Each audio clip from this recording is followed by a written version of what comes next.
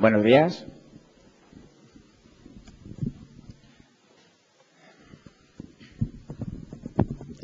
Bueno, buenos días y bienvenidos a todos. Mejor. Bueno, decía buenos días, bienvenidos a todos y a todas a este segundo día del Escoge. No sé si ayer estuviste, porque ayer vino muchísima gente y no me voy a quedar con la cara de todos. Así que después del éxito que tuvimos ayer, hoy llegamos a lo que es el plato fuerte del Escoge, que es un acto, bueno, yo me atrevería a decir histórico, de lo que vamos a hacer hoy. Hoy contamos con la presencia de tres grandes autores de la historieta española y homenaje a un cuarto que por razones obvias no ha podido venir, pero que son parte de la historia de la historieta en este país. Queremos por menos que reconocer toda su labor que han hecho durante tantos años con una cosa que creemos que es de justicia y que no se ha hecho hasta nunca, que es el darle el nombre de unas 4 calles de nuestro municipio, dárselas a estos autores. Queremos que, como decir, que es una cosa de justicia, que se lo merecen eso y muchísimas más cosas, y desde nuestro lado lo más que podemos ofrecerle es estas calles para que ya siempre pasen a la historia otra vez y la gente se acuerde de ellos cada vez que vaya por lo menos a escribir una carta. Vale. Queremos agradecer en primer momento pues, a los autores por venir hasta aquí, que algunos han hecho un viaje muy largo por llegar y, oye, se lo agradecemos un montón. También a un montón de expertos y sabios que nos van a acompañar y que van a presentar y dar pie a cada uno de estos autores. Y bueno, y sobre todo también, obviamente, al Ayuntamiento de Getafe, que obviamente sin él todas estas cositas pues no se podían haber hecho. Durante esta mañana, vamos a tener aquí un ratito por este acto que creemos que merece todo el tiempo que podamos dedicarle. Se va a hacer varias cosas. Por un lado, como decimos, un montón de gente de prestigio, autores y expertos, harán una pequeña presentación de lo que son los autores. Estos autores subirán aquí al estrado y recibirán lo que es la placa de la calle con su nombre de manos de nuestro alcalde, que está aquí presente con nosotros, y ahora subirá a darnos unas palabras. Después de esto, la gente de Radio Ritmo dará una pequeña entrevista, rueda de prensa también a cada uno de los autores, y después, si os atrevéis y sois valientes, podéis participar también con vuestras preguntas. Así que, sin más, voy a dar aquí paso a mi compañero.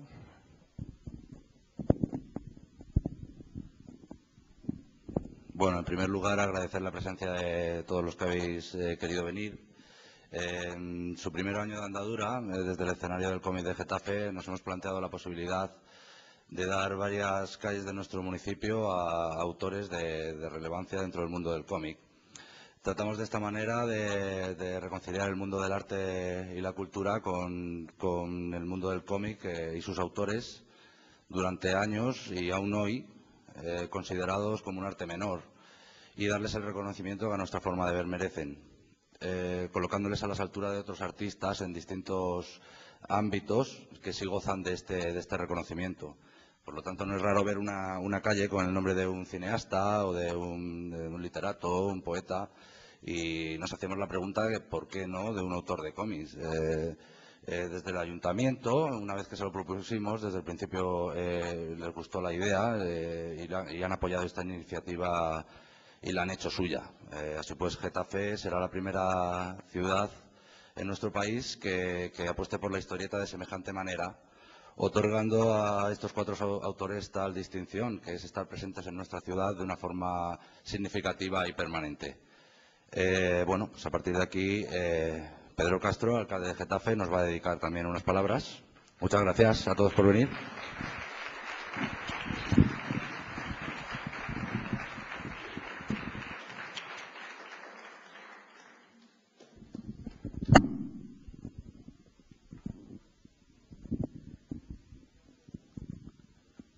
Bueno, buenos días a todos.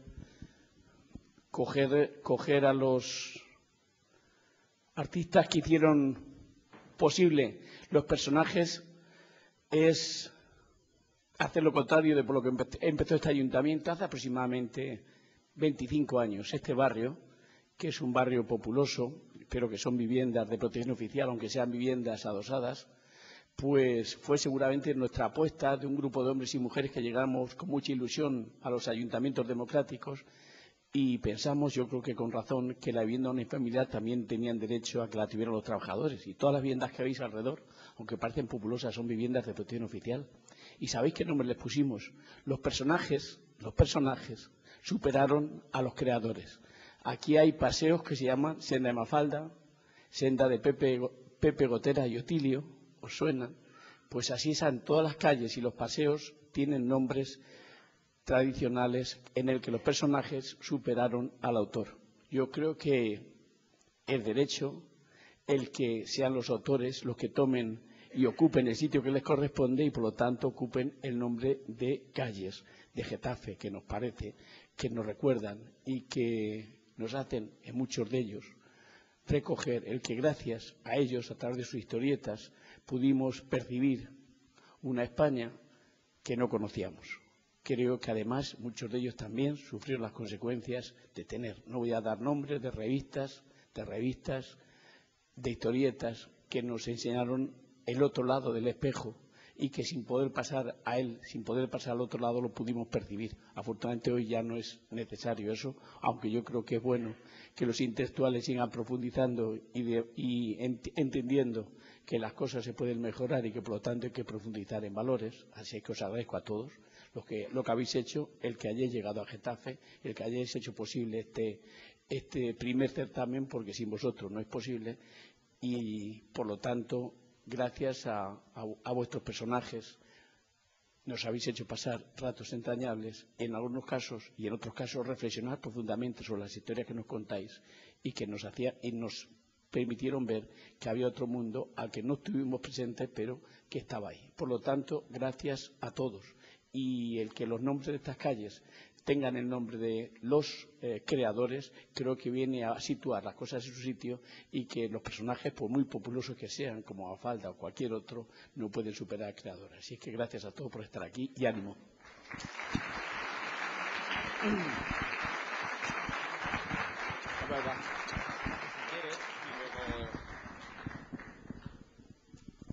Muchas gracias.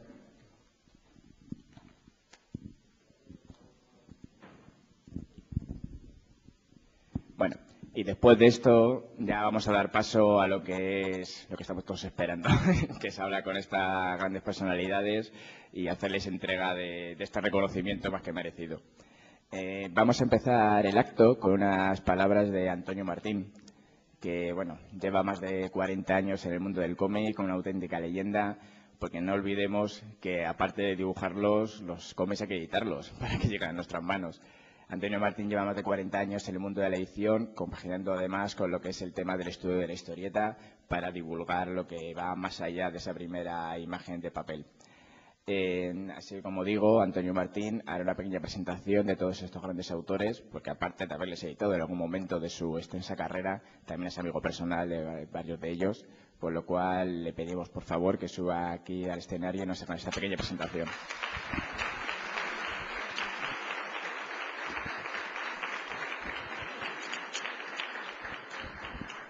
Muchas gracias, Antonio.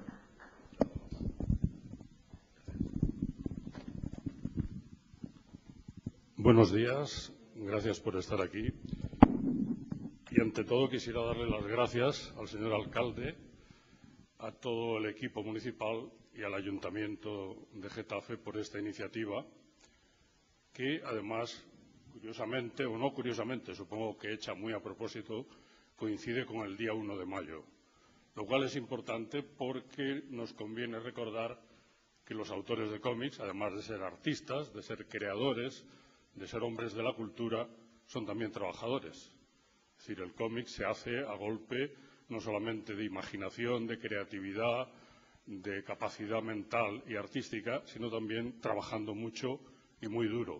O sea, hasta el punto de que hay que valorar cada dibujo que se hace, cada página que se dibuja en un momento dado, es una obra específica que se está realizando con un esfuerzo específico por parte de los autores. En este caso concreto, Yo pienso que Víctor de la Fuente está con nosotros aquí hoy. Desgraciadamente nuestro amigo ha fallecido, pero está con nosotros. Y curiosamente, de alguna manera, tanto Víctor de la Fuente, que sería el más mayor de todos nosotros, como Pura Campos, estoy mirándome las fechas de nacimiento, Juan López y Carlos Jiménez y yo mismo, somos prácticamente de la misma generación, aproximadamente. Víctor es un poco más mayor que nosotros.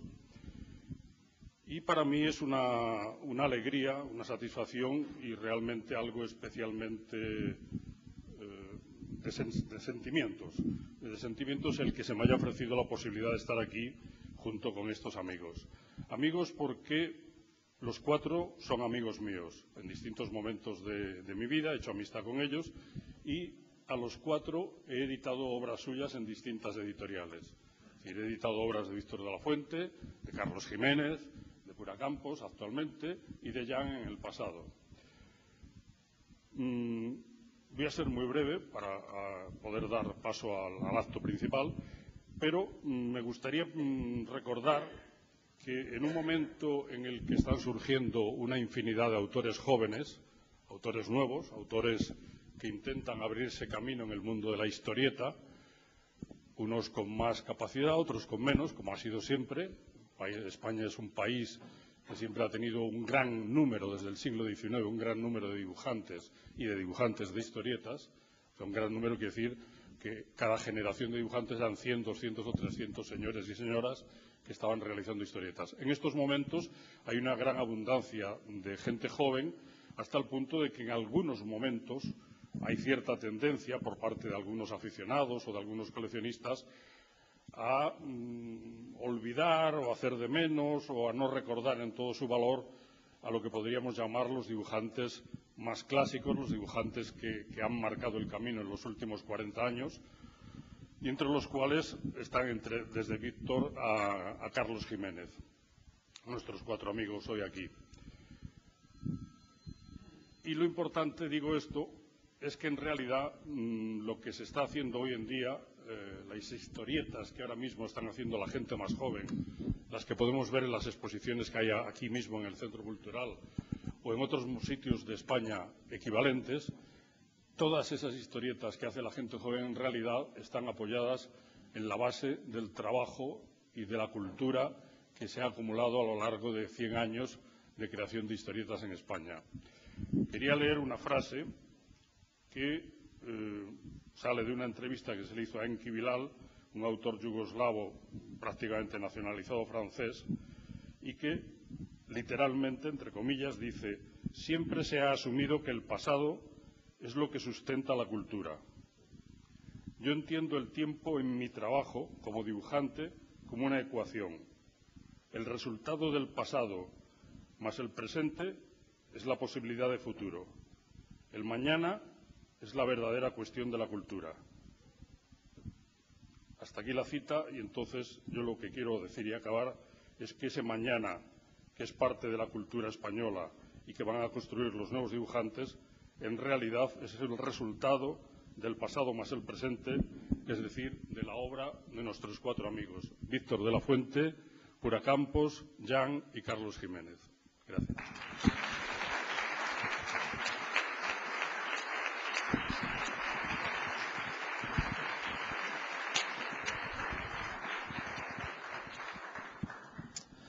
Bueno, es un gran placer para mí poder presentar a un amigo y aparte uno de los críticos con más talento de la nueva hornada que se puede tener aquí en España.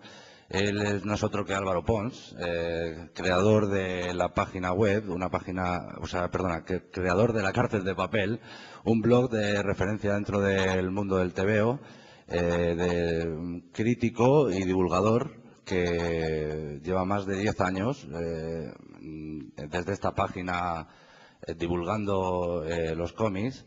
Y bueno, nos va a presentar a Carlos Jiménez. Un placer de verdad, Álvaro.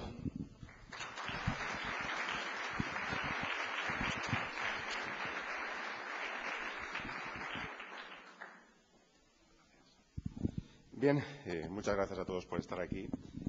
Muchas gracias a Getafe por hacer esto, porque realmente es algo que hacía falta, como bien ha dicho Carlos, como bien ha dicho el alcalde, es algo que hacía realmente falta. Y me lo ponéis muy fácil, porque presentar a Carlos es presentar a alguien a quien quiero, a quien admiro y a quien me gusta llamar un amigo, lo cual eso siempre es bueno y siempre es bonito ver que a alguien a quien quieres pues le tratan bien y le hacen justicia. Yo, para hablar de Carlos, quizá debería un poco hablar de mí mismo, ¿no? Porque yo nací en 1966, esto ya hace un poquito de tiempo, ¿no?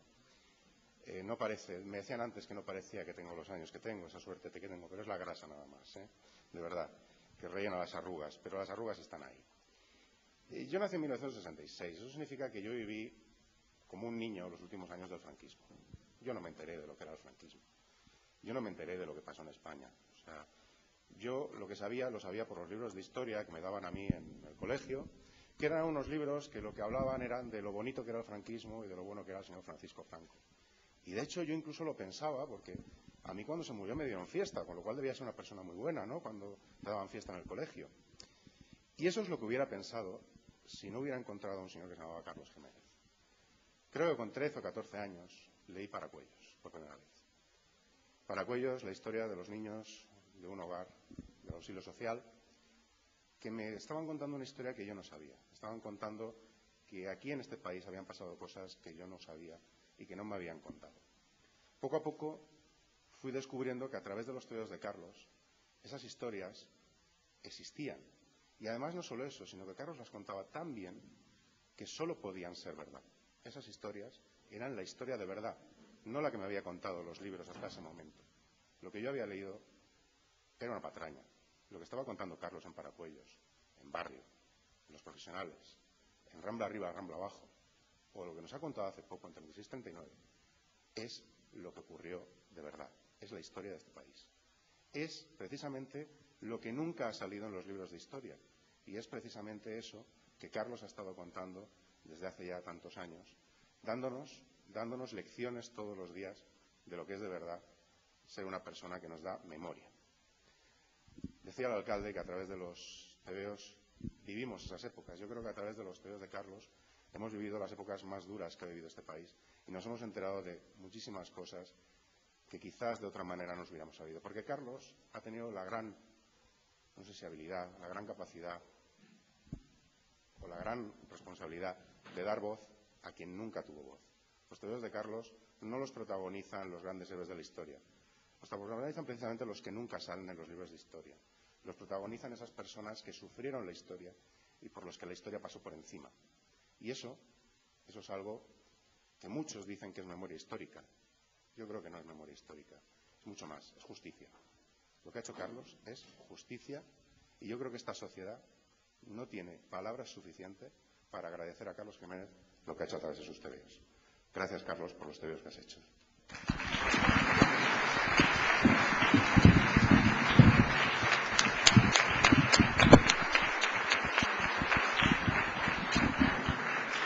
A continuación, Carlos Jiménez recibirá de manos de nuestro alcalde en su calle. Y seguimos aplaudiendo, que lo merecen, ¿eh?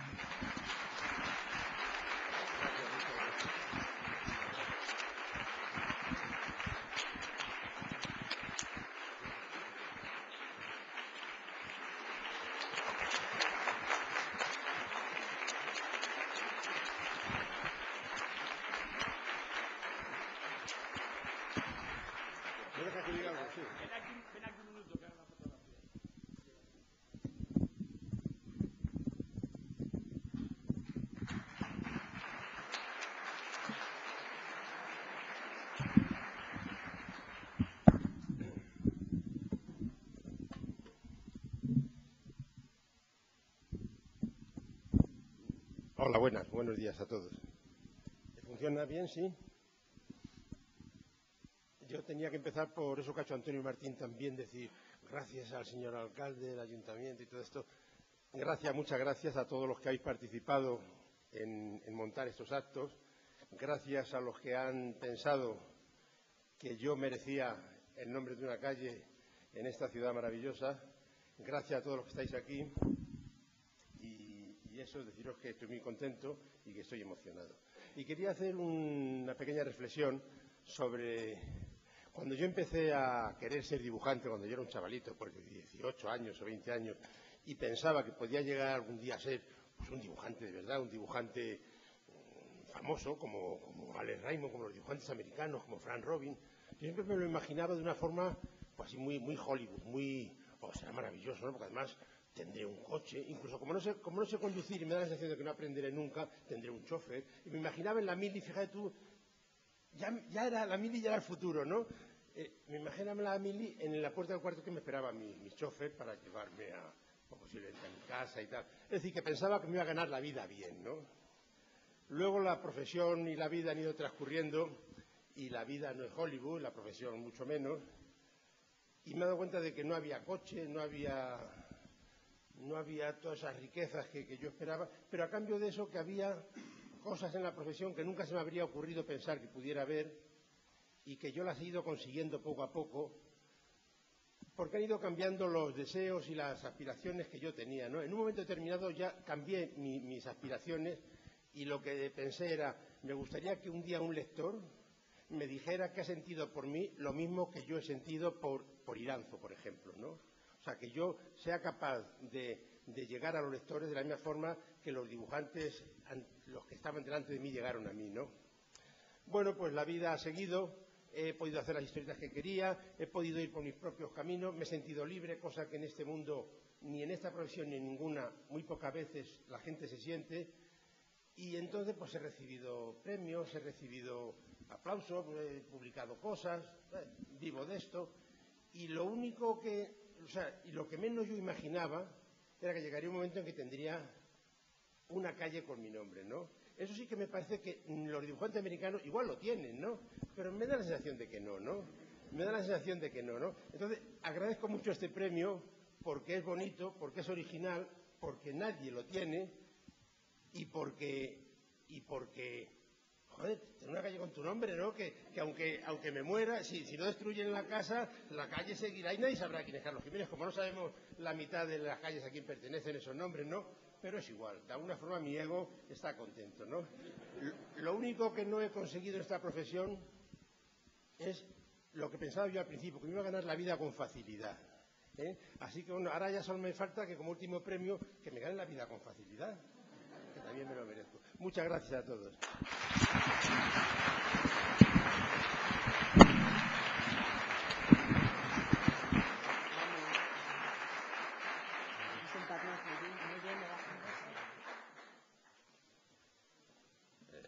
Bueno, pues hoy tengo la suerte de... Correcto.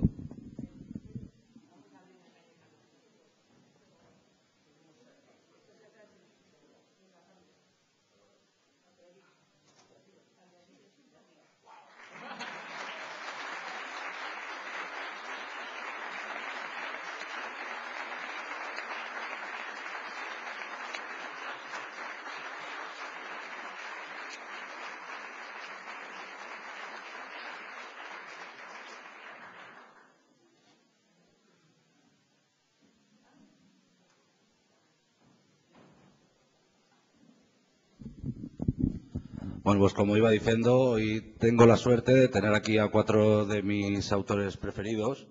Igualmente tengo la suerte de poder contar con varios amigos, puesto que el mundo del cómic es un mundo pequeño y creo que se basa mucho en un poder de la amistad que se hacen en grupos pequeños. En este caso, también me gustaría presentaros a Alberto García, de Entre Cómics.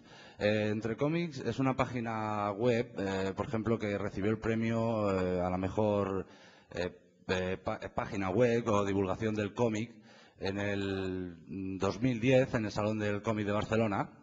Y bueno, pues que es una página igualmente de referencia dentro del mundo del cómic, donde se divulga, se ayuda a encontrar nuevos autores y demás. Así que es un placer para mí poder presentar a Alberto García.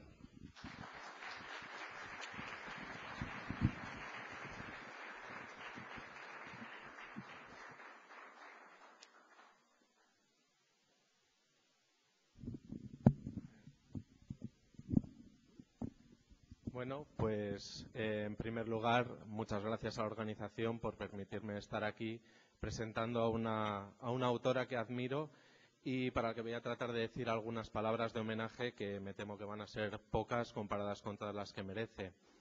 Desde la organización del Escoge se pusieron en contacto conmigo hace cosa de un mes más o menos y me ofrecieron presentar a cualquiera de los 4 autores que se homenajean hoy, ¿no? Y bueno, yo soy consciente del papel que tienen todos ellos en la historia del cómic español. Todos ellos son grandísimos autores.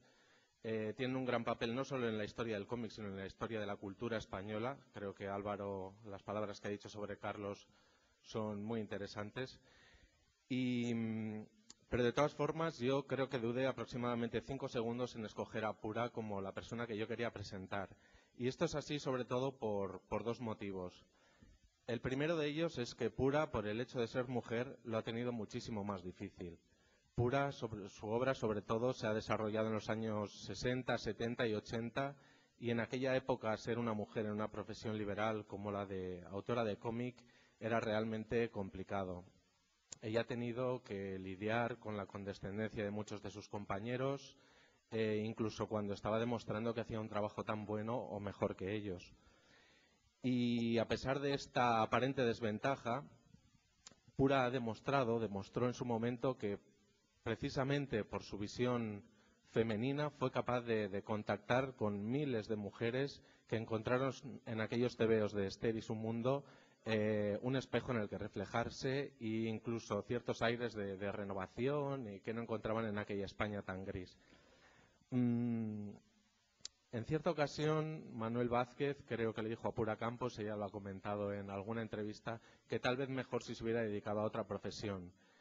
Bueno, Manuel Vázquez era uno de los grandes genios de la historieta española, pero desde luego como pitoniso no se habría ganado la vida, porque Pura Campos, su éxito ha sido extraordinario. Pura Campos tampoco se habría ganado la vida como pitonisa porque pensaba que Esther duraría 1 o 2 años y fueron casi 20 años de historietas. Con lo cual, bueno, parece que la adivinación y el cómic no van de la mano. Pero digamos que Pura demostró que podía llegar tan alto como cualquiera e incluso más, porque creo que incluso llegó a superar a Francisco Ibáñez en número de ventas, lo cual es como decir que ha superado al Rey Midas de los cómics españoles. Y esto me lleva al segundo motivo por el cual me apetecía mucho presentar a Pura Campos y pienso que merece este homenaje.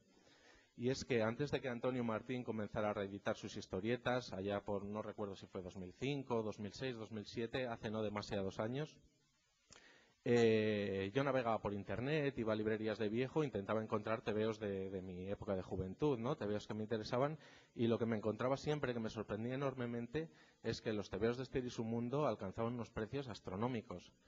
Aquellos tebeos, aquellas historietas, habían quedado dentro de la gente y eran parte de la educación sentimental de un montón de españoles y españolas que querían recuperar todo aquello. De hecho, hay un fenómeno bastante importante de fans de Pura Campos, como se puede ver en todas las convenciones, en foros en Internet, hacen revistas dedicadas a Esther y su mundo y a Pura Campos.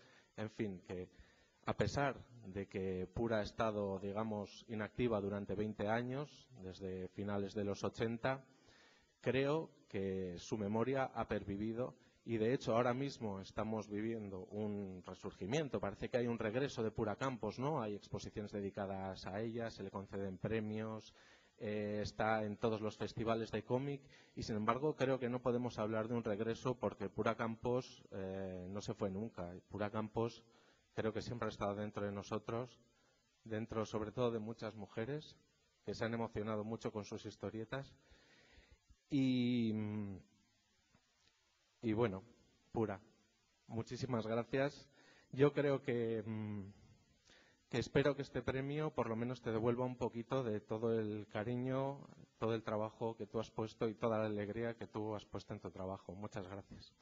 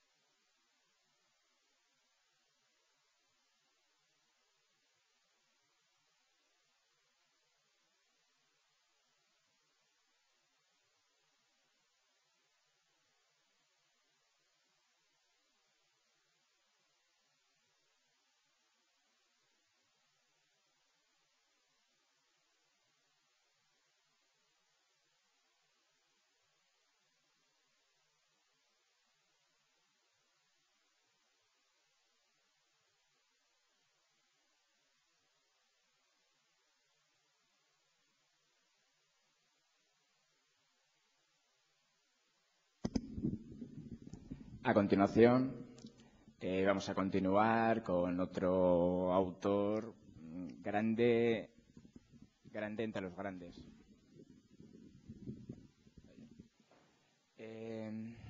Bueno, como decía, vamos a darse al siguiente autor, grande entre los grandes. No necesita presentación. Yo creo que todo el mundo le tiene en su cabeza, en su imaginario colectivo, y desde pequeñito va a reconocer enseguida parte de sus creaciones. Para presentarle tenemos a Rafa, de la Juventud, que además es uno de los que lleva la Comicteca de Getafe, que supongo que todos conoceréis, más que nada porque está en la parte de arriba, pero que lleva muchos años luchando por la divulgación del cómic aquí en esta ciudad. Así que Rafa nos va a dar el paso a Jan.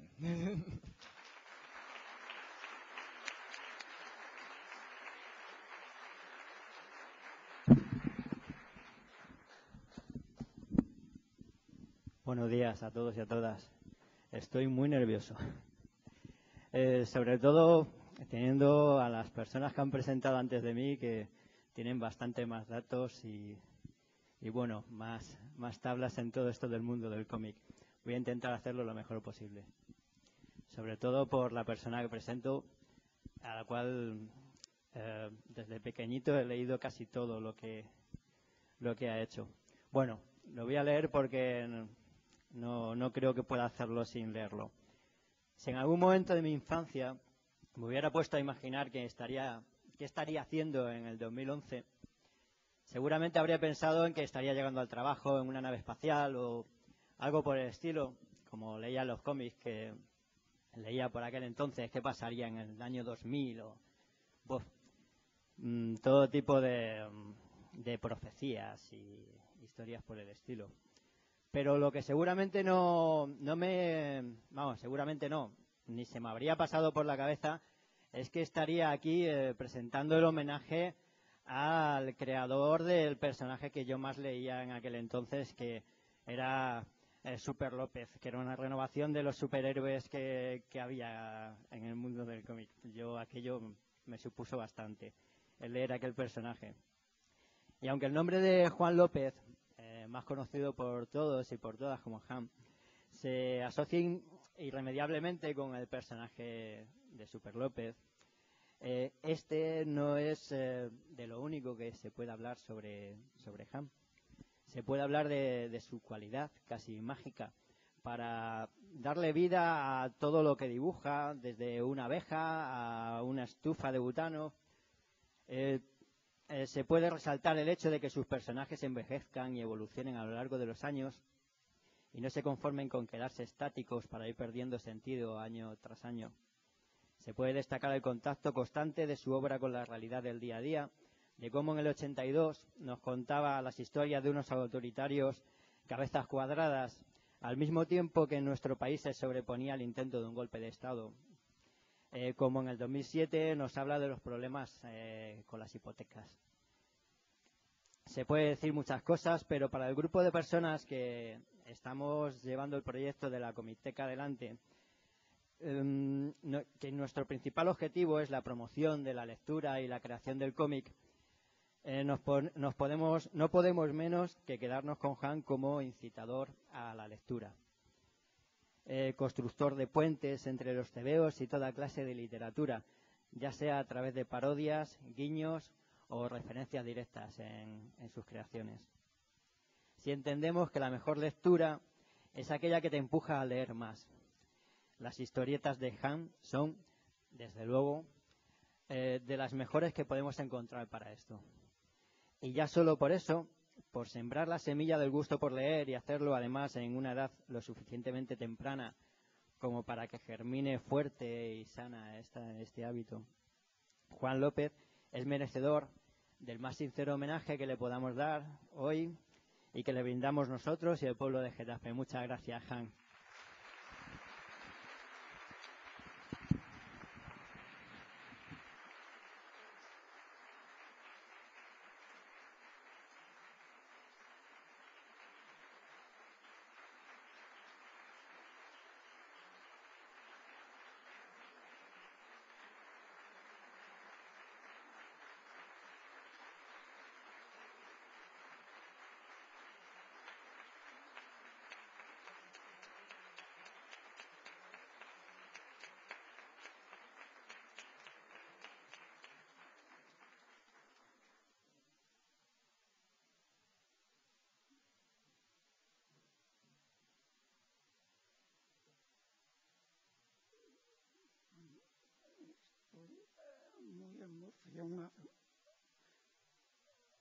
y participar en una cosa así junto a compañeros de trabajo que admiro profundamente.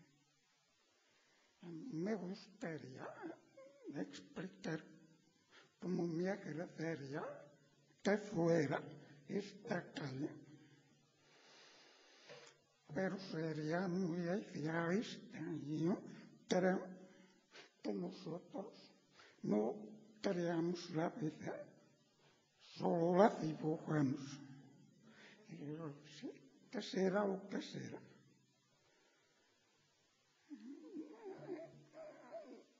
Con esto ya me siento ciudadano de Getafe.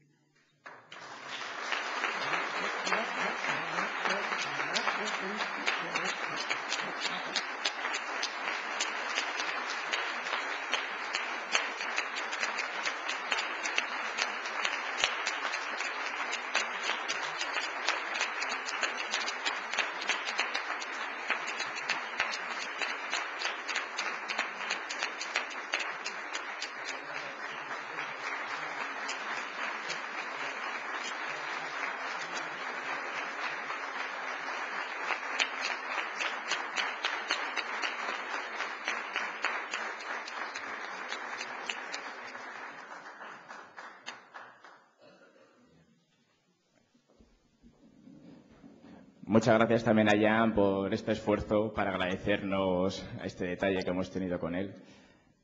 Sé que se lo merece todo. Como también se merece todo el siguiente autor que tenemos. Este no ha podido estar entre nosotros por razones obvias, pero creíamos que esta ocasión no estaría entera si no pudiéramos rendir homenaje a uno de los grandes autores que ha dado la historieta y el dibujo en España, como es Víctor de la Fuente. Seguramente puede que haya gente que no le conozca, pero nadie se queda indiferente ante cualquiera de sus obras.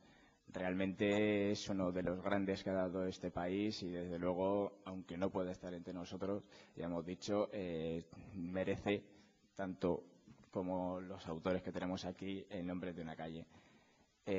Por lo cual, para presentar la calle a Víctor de la Fuente, hablarnos un poquito de su obra, vamos a pedir de nuevo a Antonio Martín que nos diga algunas palabras. Muchas gracias.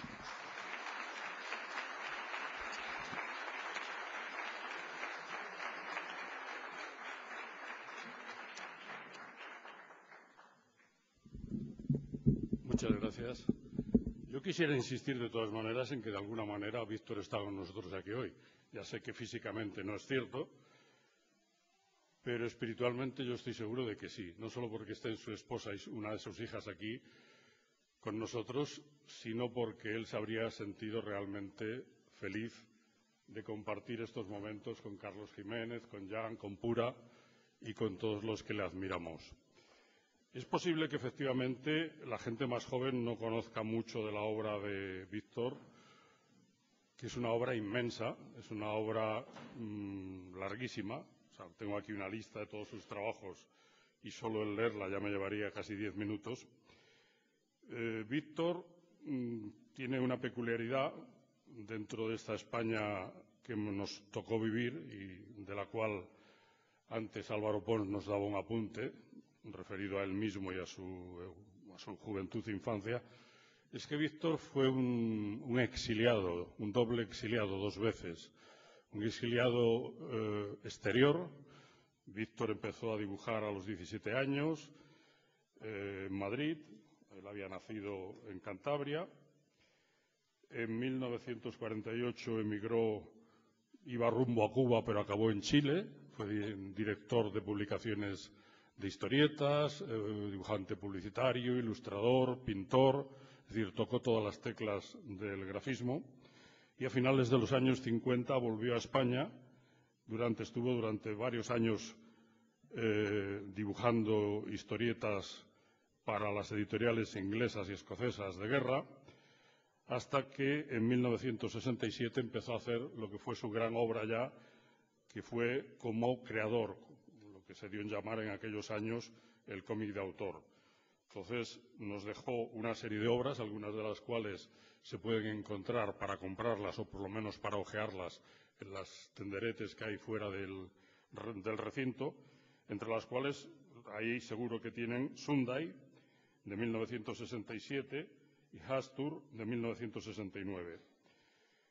Cuando Víctor realizó Astur para una revista llamada Trinca, que pertenecía a las publicaciones del movimiento, que se llamaba entonces el movimiento, que era el régimen franquista, se encontró con problemas de censura, se encontró con problemas legales y oficiales con el Ministerio de Información y Turismo de Fraga Iribarne, y Víctor se exilió por segunda vez a Francia. No era obligatorio, no le perseguía a nadie estrictamente, no iba la Guardia Civil detrás de él, pero sí se dio cuenta de que para él, por lo menos para su concepto de la libertad, tal y como él la había vivido como creador en los años en que había vivido en América, únicamente fuera de España, fuera del régimen franquista, podía seguir siendo un creador libre, dentro de sus parámetros, insisto, dentro de su pensamiento, y así, a partir de entonces, aunque siguió viniendo constantemente a España y dibujando para España, en realidad el resto de su carrera prácticamente la desarrolló en Francia. Víctor es una de las grandes figuras inmortales del cómic internacional, no ya del cómic español. Carlos Jiménez, me acuerdo de haberle oído contar enormes cantidades de anécdotas de Víctor, cómo dibujaba a partir de un rasgo, de una figura completa, etcétera, etcétera.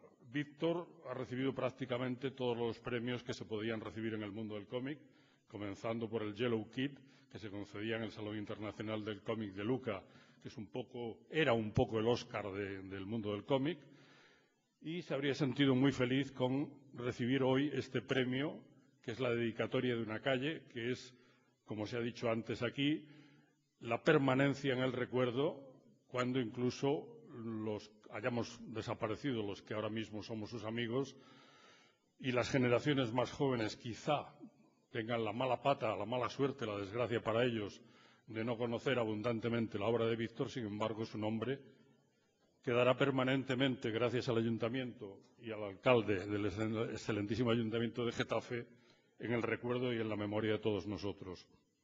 Yo ahora quisiera invitar a la viuda de Víctor de la Fuente y a su hija Patricia que por favor nos digan algo sobre Víctor, tanto como autor como persona, y suban aquí para, de alguna manera, compartir con nosotros sus recuerdos. Por favor.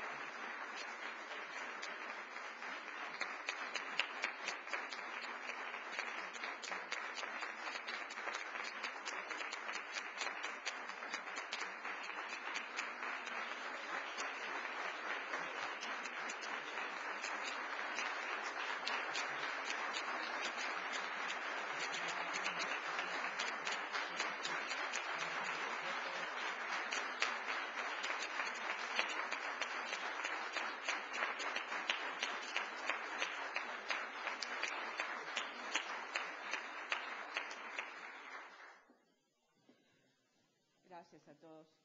Me habían dicho que podía decir unas cuantas palabritas y llevo como 4 meses preparando el discurso. Alors, en nombre de mis hijas Patricia y Verónica y en el mío, deseo manifestarles mi profundo y sincero reconocimiento a todas y cada una de las personas que honran de esta manera tan significativa la obra y la memoria de Víctor de la Fuente, que en estos momentos está aquí con todos nosotros. Gracias al Ayuntamiento de Getafe, a los dinámicos organizadores de Primer Escoge y a todos los que se han esforzado por hacer de estas 2 jornadas una realidad, a la vez que una promesa de valorización de la historieta y de sus creadores. Gracias también a todos los que estáis aquí presentes, amigos, artistas especialistas, estudiosos, coleccionistas y sobre todo a los lectores. Porque la vida de un libro está precisamente en su lectura. El lector es el objetivo del artista, tal como revela Víctor en toda su obra. Este homenaje de Escoge y de la ciudad de Getafe es digno de elogio. Una lección por su importancia, la calidad de los artistas elegidos y lo que representan Julita Campos, Carlos Jiménez y Jan. Es también una forma del renacer y el permanecer de Víctor de la Fuente. Por su calle iremos a nuestros quehaceres diarios, hombres, mujeres, niños, coches, camiones, y también chicos y chicas deseosos de darse un beso de enamorados. Será una calle palpitante de vida. Eso espero, y así será en este Getafe que se expande, renueva, moviliza y se convierte en una hermosa ciudad. Recibir este premio y al recibirlo conferirle este sentido de vida perenne viene a sumarse a la labor que nos fijamos mis hijas y yo con respecto a la obra de Víctor. Para ello hemos estado trabajando durante meses y hoy me complace anunciarles que el Boletín Oficial de Francia publicó el 16 de abril de 2011 el anuncio oficial de la Constitución de la Federación Internacional Víctor de la Fuente para la defensa y la promoción de su obra.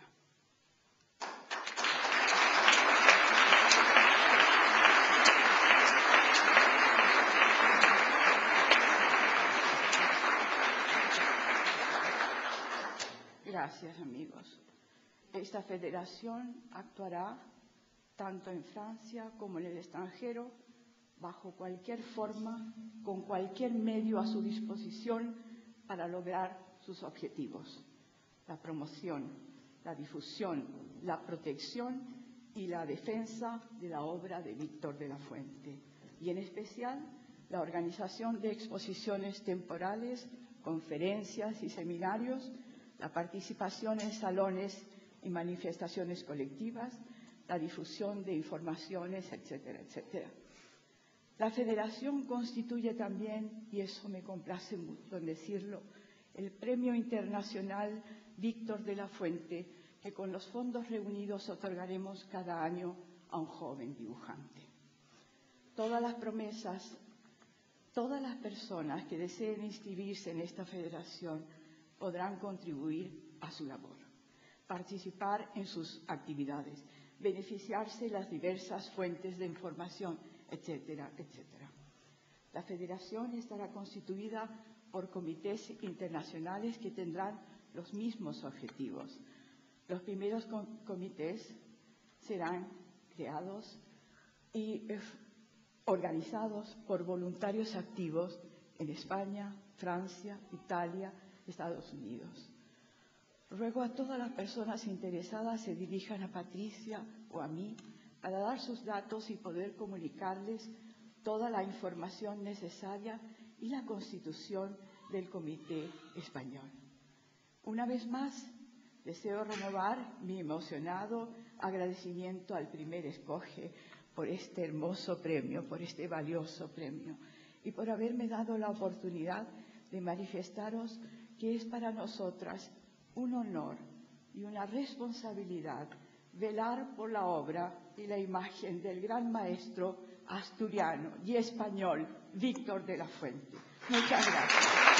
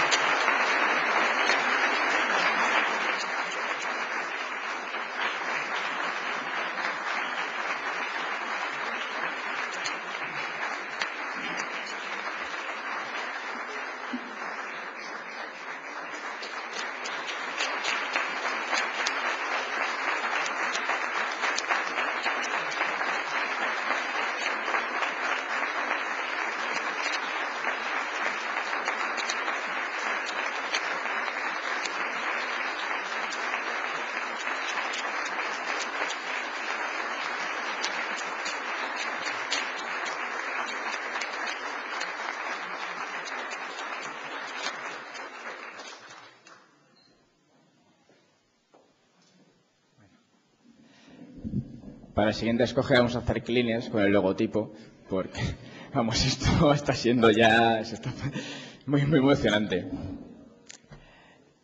Bueno, después de este acto,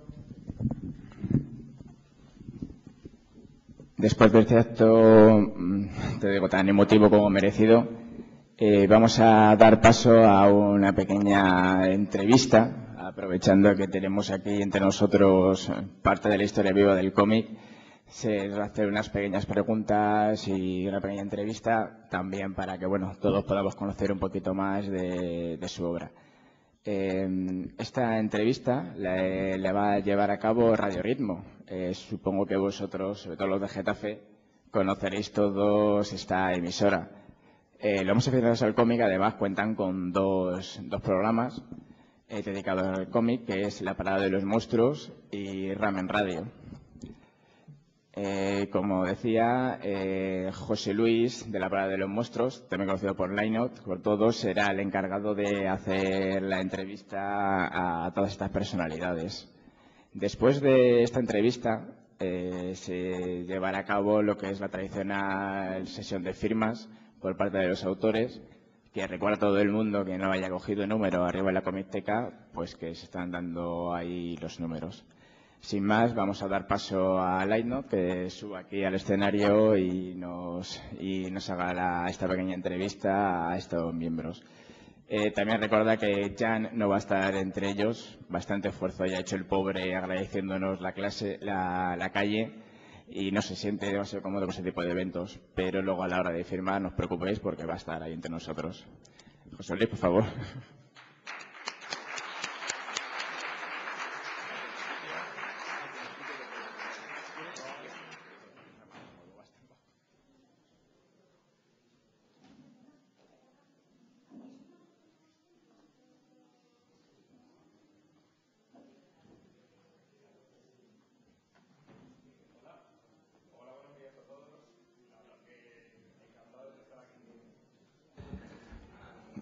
Me oís ahora, ¿no? Fallo garrafal veniendo de la radio, pero bueno, ya sabemos cómo estamos los domingos por la mañana. Aunque estemos en un acto tan bonito como este, os comentaba, como bien me ha presentado David Siles, llevamos 10 años haciendo un programa sobre el mundo del cómic. En parte es una de las temáticas que tratamos, junto a mi compañero David Royuela, que está ahí saluda. Y desde hace 1 año y medio formamos parte de Radio Ritmo, que a su vez está tomando pues, un papel importante en divulgar el cómic. Y como ha comentado mi compañero, ya tenemos 2 programas sobre el mundo del cómic y estamos presentes en todos los actos sobre el mundo del cómic que se están celebrando no solo en la Comunidad de Madrid, sino en otras ciudades. Y bueno, pues es un honor que la organización, a la que agradecemos todo su esfuerzo y a las autoridades aquí presentes, pues nos encargue una tarea como esta de presentar un poco a todo el mundo algunos de los autores galardonados en este escoge con este premio tan bonito que es conceder una calle.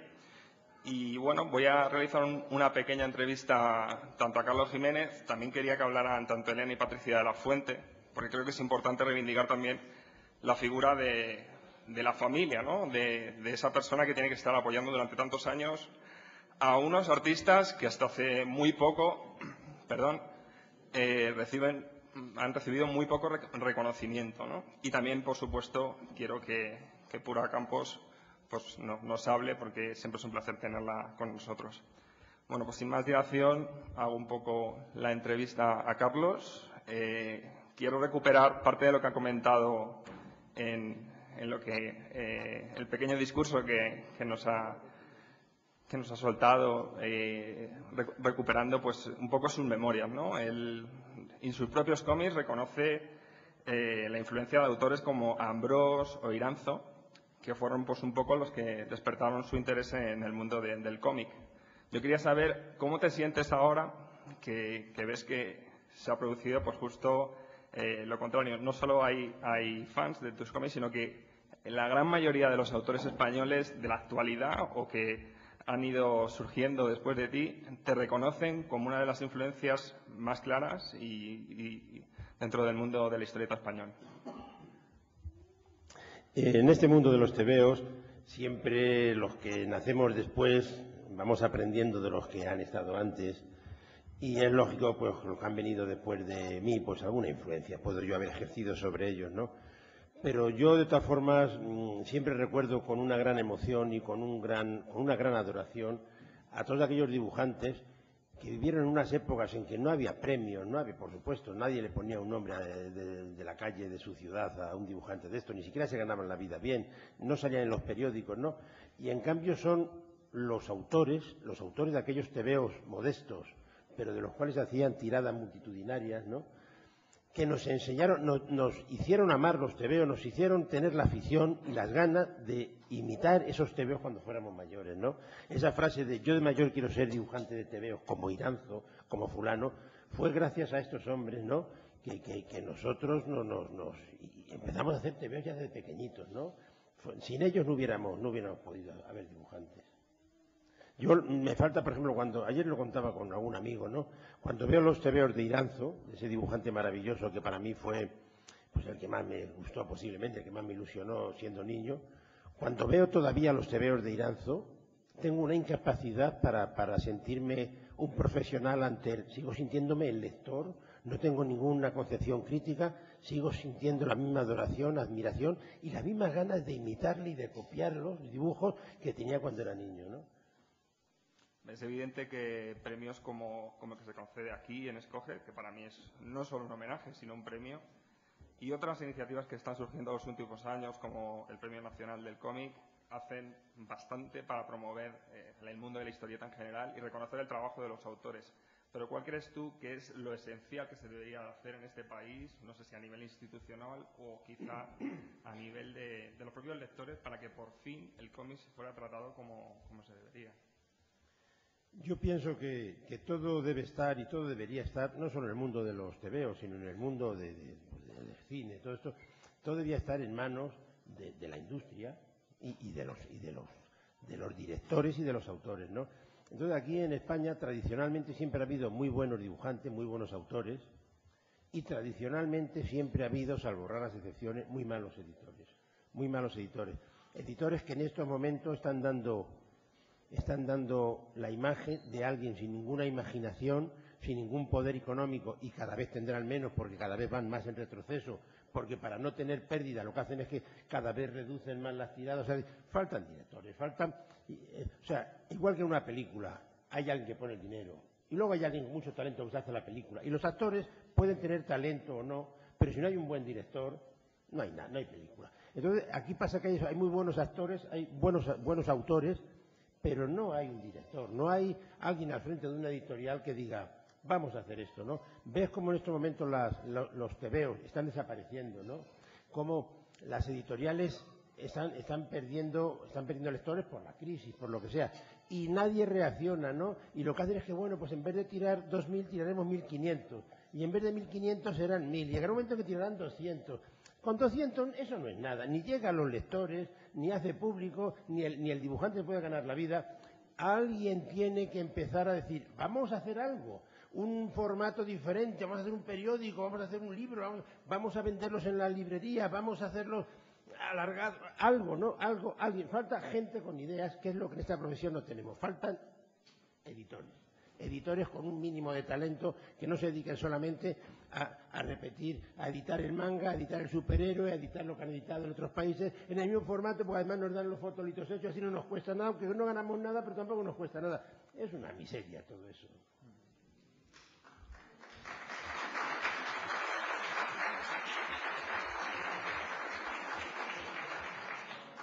Vamos a hablar un poco de tu obra, extensísima, pero quizá hay dos obras que destacan o que quizá son las más conocidas, unas para Cuellos. En ella hablas de tus años de infancia en los hogares de auxilio social. Supongo que en su momento tuviste problemas por tu posicionamiento a la hora de denunciar una serie de terribles circunstancias que se daban en estos sitios. Me gustaría saber si todavía sigues recibiendo presiones, amenazas o cualquier tipo de malos comentarios por simplemente contar la historia que has vivido. Siempre, de todas formas, que haces una obra del tipo que sea en la que te atreves a opinar, siempre esas opiniones hay alguien que le sientan mal, ¿no? Por ejemplo, cuando he hecho lo de los álbumes estos de la guerra, 36, 39, ¿no? Pues ha habido gente que de pronto me he dado cuenta que le sentaba muy mal, ¿no? Que eso que se hable de la guerra le sienta muy mal, ¿no? Y entonces lo tildan de panfleto, lo tildan de no sé qué. Pero hombre, ¿cómo Carlos Jiménez puede decir tal, no? Y es que siempre que opines, siempre habrá alguien que está de acuerdo con tu opinión y siempre habrá alguien, quizá el que menos te lo pensaba, que le molesta mucho que opines, ¿no? Porque en este país, imagino que en todos los países, pero sobre todo en este especialmente, cuando se habla de algo que recuerde al franquismo o la posguerra o esos tiempos oscuros o la guerra, esos tiempos oscuros que tanto nos hicieron sufrir y que tan jodidos fueran, siempre hay gente que no quiere que hables de ello. Nosotros hemos hablado durante 40 años, o durante el tiempo que hemos estado en el Machito, pero ahora que ya no lo estamos, que nadie más hable de ello, ¿no? Hombre, déjanos que también nosotros demos nuestra opinión. Si tú puedes seguir opinando lo que sea, nadie te lo evita. Pero ¿por qué te molesta que yo dé mi opinión, no? Entonces, siempre hay gente que le molesta mucho que tú des tu opinión, sobre todo si tu opinión es contraria a la de los que han estado hablando solo y exclusivamente, con pena de que si lo hacías tú, además te metían en una mamorra, te daban de hostias durante montones de años, ¿no? En cuanto a lo de Paracuellos, Paracuellos corresponde a un colegio que coge el nombre de un colegio que estaba en este pueblo, en el pueblo que se llama Paracuellos del Jarama, donde los niños vivíamos así. Entonces vivíamos así, no hay ninguna fantasía, simplemente decir, bueno, pues esto es la historia de aquel mundo muy feo, de aquellos colegios muy feos que vivían en una España muy fea, y realmente aquellos colegios no eran ni más ni menos el que lea un TVO de aquellos y diga, bueno, ya sé cómo es el colegio, bueno, pues eso era España. O sea, el colegio no era más que una España pequeñita, cercada por unas vallas, donde se volvían a reproducir, pues igual que en las cárceles, igual que en los cuarteles, igual que en todas aquellas instituciones cerradas, se volvían a reproducir los modelos imperantes en el resto de España, que era el que más poder tenía, la víctima, el que estaba más jodido, el que, en fin. Perfecto. Y bueno, pues eso, si ha servido para que alguien tenga una idea, como decía Álvaro Pons, que alguien tenga una idea de saber cómo eran unos tiempos en los que por edad no podéis haber vivido la gente de tu generación, por ejemplo, ¿no? Bueno, pues si ha servido para eso, pues bien está. Hasta hace relativamente poco se ha divulgado que es posible que Paracuellos se convierta en una película. Quería saber si esto realmente está confirmado, es simplemente un rumor, y aparte quería saber tu opinión acerca de todo este boom de adaptaciones del cómic y si consideras que son pues una de las mejores formas de divulgar el mundo de la historieta. Bueno, de todas formas, el hacer películas partiendo de historietas es una cosa que los americanos lo vienen haciendo desde hace 50 o 60 años, ¿no? En Francia se han hecho muchas películas partiendo de historietas, de TVO, de bandas de cine, que dicen ellos, ¿no? Y aquí realmente, pues, se ha empezado tarde, ¿no? Se ha empezado tarde y, bueno, pues bienvenido sea, ¿no? Es verdad que yo algunas veces cuando he visto la temática que durante muchos años ha imperado en el cine español, he dicho, qué pena con la cantidad de temas que hay en los TVOs, que alguien nos diga, vamos a hacer este tema, ¿no? Puesto que hay temas, yo veía temas en los TVOs muy originales, mientras que en el cine veía mucha rutina, ¿no? Es verdad que ahora hay un buen momento del cine español, para mí, en cuanto a temas, ¿no? Y bueno, y en cuanto a que hagan una película pues sobre una obra mía, pues me parece muy bien, entre otras cosas porque me da algún dinero, que para un dibujante de TVOs como yo, cualquier dinero es bueno, puesto que le permite seguir dibujando, porque en este momento la industria es tan raquítica que si no sacamos dinero de otras cosas no podríamos dibujar. Entonces, bueno, pues me ayuda a seguir trabajando y sobre todo me hace esperar pues que hay un buen productor detrás, hay un buen director detrás y me hace esperar que, bueno, pues a lo mejor se hace una bonita película. A mí, más que bonita o fea la película, lo que me gustaría, y eso lo he especificado mucho en el contrato y en las cosas, ¿no?, es que no se traicionara el espíritu de mi trabajo, ¿no? Que quede implícito, que quede en la obra, que quede contado el hambre, la sed, los malos tratos, la religión, el fascismo, todo eso que yo he tenido especial empeño en que constara en la historieta, ¿no? Pues espero que la película lo reflejara también. Vamos a hablar de la que quizá también es otra de las obras más importantes, Los Profesionales, en la que cuentas tu propia experiencia en los años 70 compartiendo estudio con otros autores. ¿Echas de menos ese periodo? Y también quería saber si esta forma de trabajar todos juntos, como un estudio, ¿qué ventajas e inconvenientes lo ves? O si realmente crees que es incluso una forma de trabajar ya un poco en desuso y que no tiene mucha vigencia. Hombre, una forma en desuso sí que es, porque nadie, que yo sepa, casi nadie, los dibujantes no sé yo que tengan estudios en común. De todas maneras, el dibujante de TVO, no ya en Selecciones Ilustradas, que era un estudio profesional, o sea, era una firma de una agencia, ¿no?, sino nosotros por nuestra cuenta siempre hemos tenido, la gente de mi generación, siempre hemos tenido estudios compartidos entre varios dibujantes, ¿no? Siempre habría entre 4 o 5 dibujantes o 3 o los que fueran que cogían un piso y compartían un estudio, pagaban entre todos. Y esto tenía de bueno diferentes cosas. Primero, tenía de bueno el que compartías todas tus inquietudes con gente de tu misma calaña, de tus mismas inquietudes. Oye, ¿esto cómo lo ves y tal? Compartíamos lecturas, compartíamos dibujo, problemas, documentación, mira este TVO, mira esta novela que he leído, tal. Y luego además tenía la cosa de que en un mundo como aquel disponíamos de un espacio de libertad que era nuestro propio estudio, ¿no? Ahora pues es muy fácil que todo el mundo, pues la gente joven, pues puede llevar a su casa una chica o su padre le deja el chalet de no sé qué, o el piso, no sé qué. Nosotros en aquella época era impensable, ¿no? Entonces, tener un estudio, en ese estudio pues podíamos tener nuestra vida de jóvenes en una libertad que era fuera de lo común, ¿no? Y sobre todo compartir, y de cara a la profesión, compartir tendencias, compartir inquietudes, no solamente profesionales, sino también culturales, ¿no? Pues muchas gracias, Carlos. Vamos a seguir el orden de la mesa. Vamos a hablar ahora un poco con Pura Campos.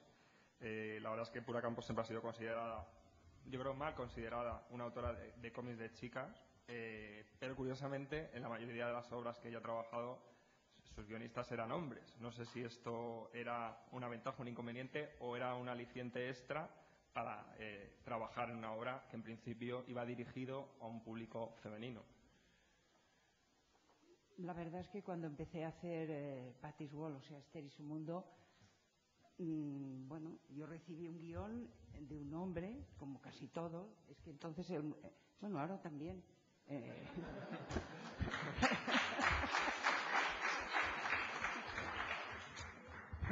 Todo lo llevaban los hombres.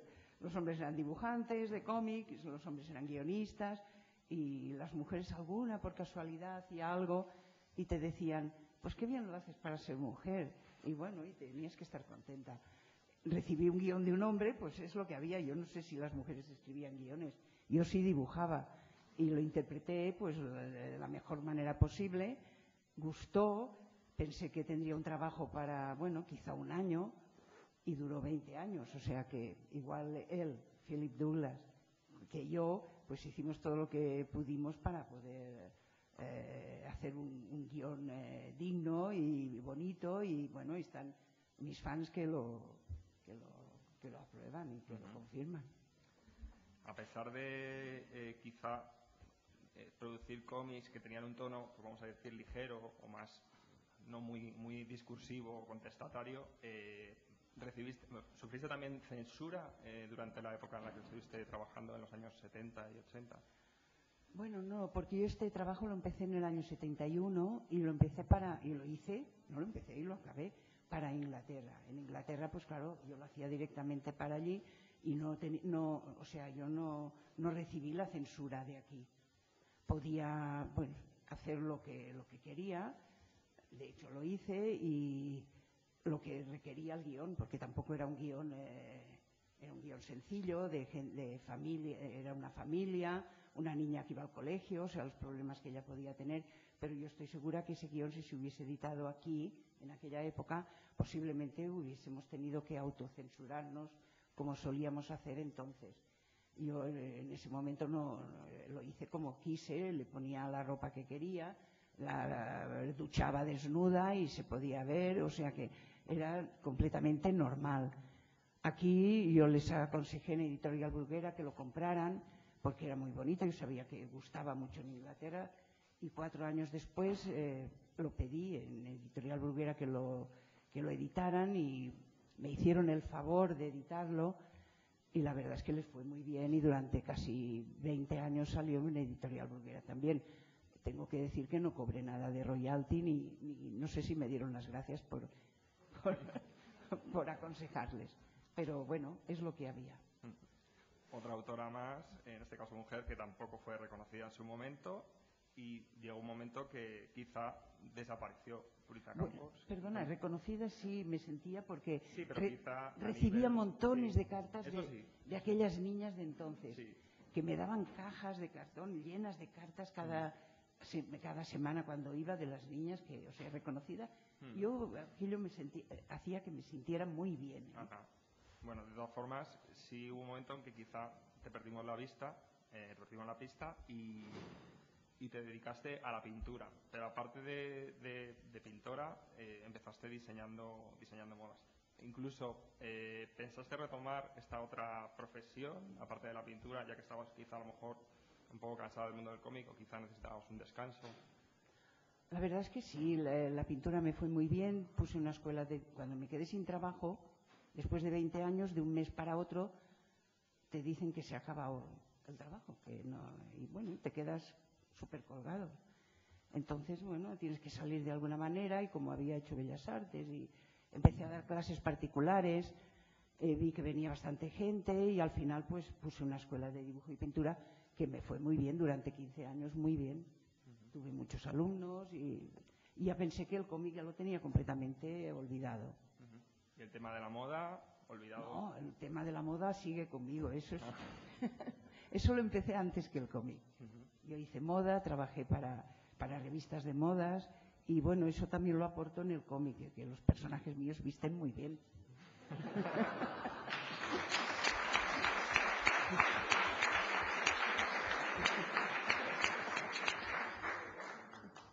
Pura Campos y Esther y su mundo regresan a la historieta en pleno siglo XXI.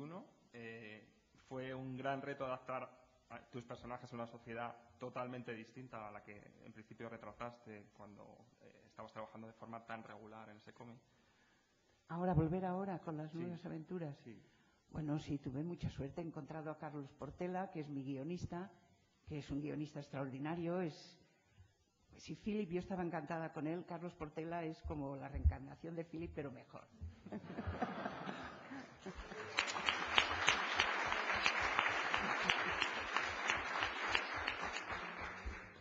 Bueno, pues muchas gracias también a Pura Campos. Para acabar, vamos a también reconocer la labor de la familia del dibujante, ¿no? En este caso la figura de Elena y Patricia de la Fuente, viuda e hija de Víctor de la Fuente. Y bueno, Víctor de la Fuente formaba parte de una familia dedicada al mundo del cómic, no solo él, sino que tenía hermanos que se dedicaban al mundo del cómic.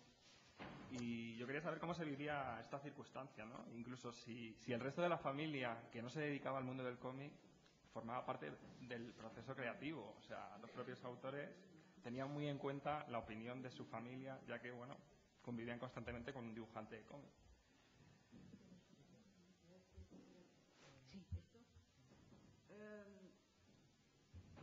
La verdad es que como familia todo lo que pasaba entre Víctor y sus hermanos era una unidad de hermanos. Pero a nivel profesional me parece que siempre Víctor tomó su propia dirección y era él el que decidía lo que iba a hacer, cómo lo iba a hacer, cuáles eran sus objetivos, pero indudablemente que había pues una relación, como Víctor siempre decía, una de las cosas más bonitas es poder decir de tu hermano que es tu amigo. Había una relación muy fuerte entre esos hermanos y naturalmente compartían opiniones, se daban consejos, me figuro, en fin. Para lo demás, Víctor ha sido muy independiente. No sé si eso se nota en su obra y luego son bastante distintas las características técnicas entre los tres. Víctor de la Fuente tuvo que emigrar, como tantos otros autores. Me imagino que él lo llevaría bastante mal. Yo quería saber cómo afectaba al resto de la familia esto de que pues una persona que además está haciendo un trabajo fantástico tuviera que constantemente salir fuera para que alguien se interesara y publicara gran parte de su producción. A mí la palabra exilio no me gusta, porque exiliarse es alejarse, separarse totalmente. Víctor fue más bien un peregrino. Lo he leído, me parece que Herrera o Becerra, hay una persona que escribe en blogs y en otras publicaciones, ha dicho que Víctor era un constante peregrino. Y es verdad, él lo fue toda su vida, e indudablemente que eso trae unas consecuencias en la familia, pero la familia, la mujer, los hijos, estamos detrás del autor a apoyarlo en todo lo que él decide hacer de su vida profesional.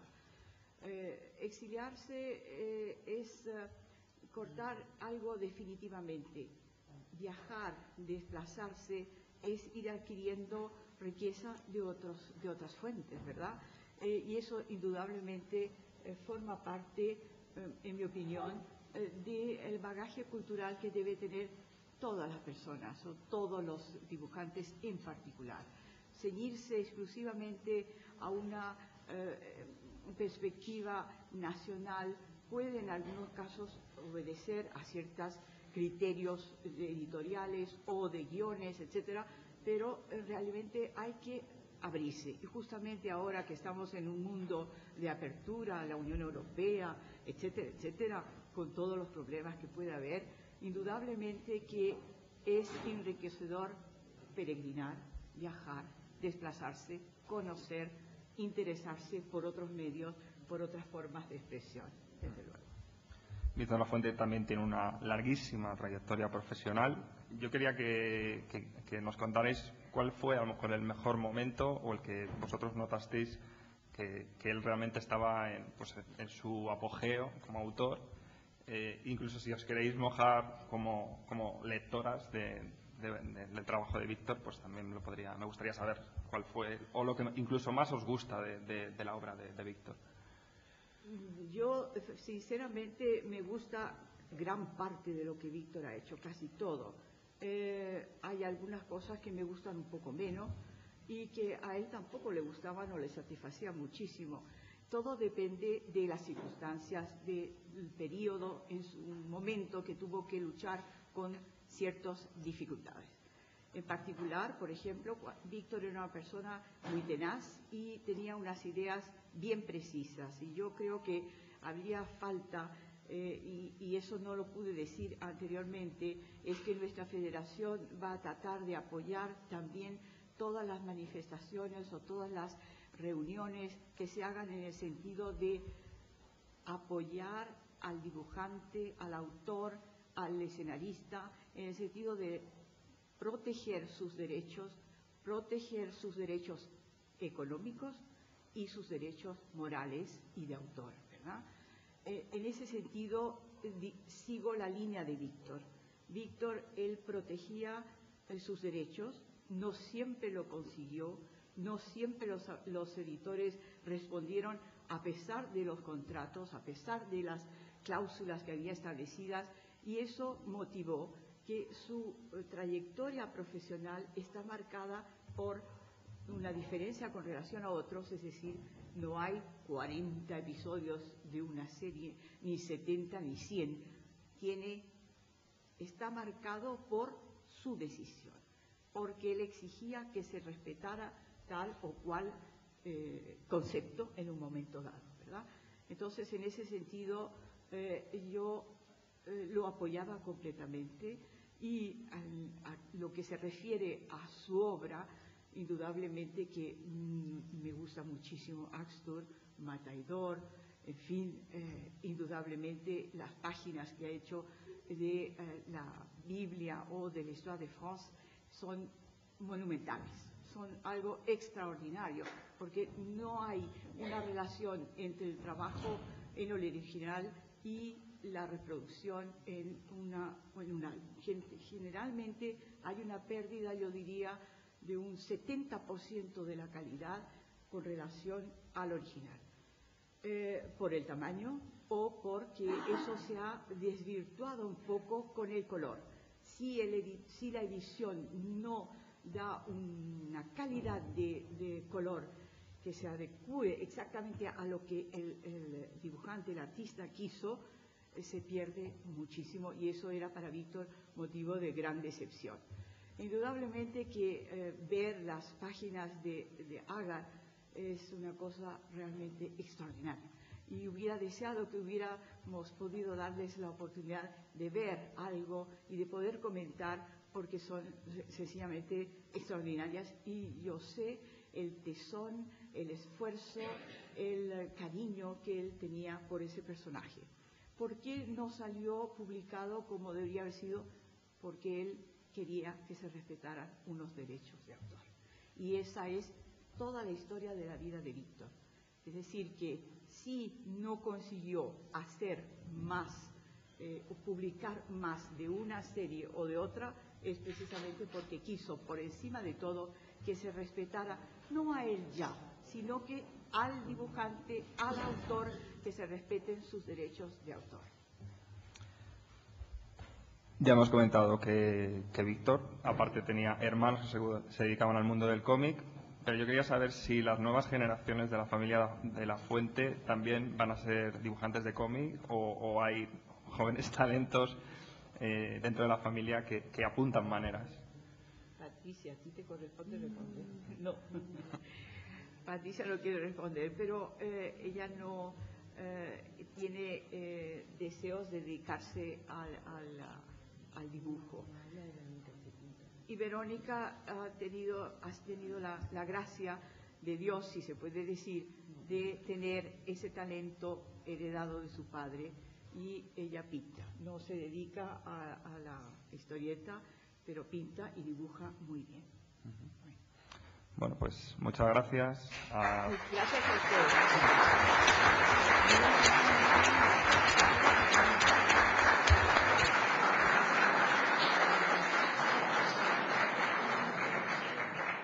Bueno, en este momento yo ya me callo y dejo la palabra a cualquiera que quiera, por supuesto, preguntarles a ellos, no a mí, sobre cualquier cuestión.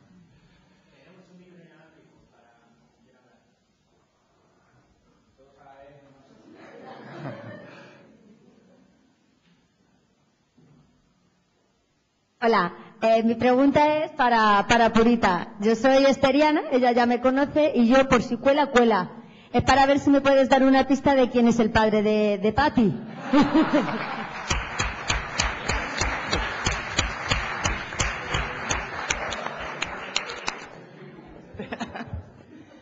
Pues el más indicado es Carlos Porcela, que es el guionista. Y además todavía no sabemos qué vamos a hacer con Esther ni con el padre de Patty. Está todo en el aire, no sabemos.